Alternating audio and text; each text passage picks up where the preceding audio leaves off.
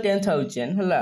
Time 2 year और that means 10%। तो इता सीआई केंदी बाहकवा पहला में का दैट मींस ताके हम फ्रैक्शन में कन्वर्ट करवा फ्रैक्शन कन्वर्ट करले 1/10 तो 1/10 तापे का जेते ता माने ता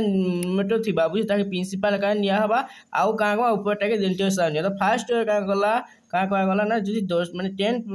माने रुपी नमा तो ता प्रिंसिपल अमाउंट असला 11 हला सेकंड ईयर भी 10 ला बोले तार अमाउंट असला 11 तो तापर का कमा दुहिलु को होता है मल्टीप्लाई कर दिया हसे ला इधुलु मल्टीप्लाई 100 आसा दुहिलु मल्टीप्लाई गला 120 होला तापर का सीता के नियासी प्रिंसिपल आ त टीटा नियासी 2 ईयर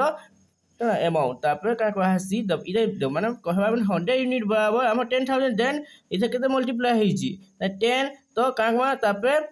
जिते मल्टीप्लाई सत हम अमाउंट हो जे 121 यूनिट तो 121 यूनिट मींस इथे भी का कहबा 10 मल्टीप्लाई कहबा तो अंकु इजा का मागी ना सीआई मागी सीआई केते यूनिट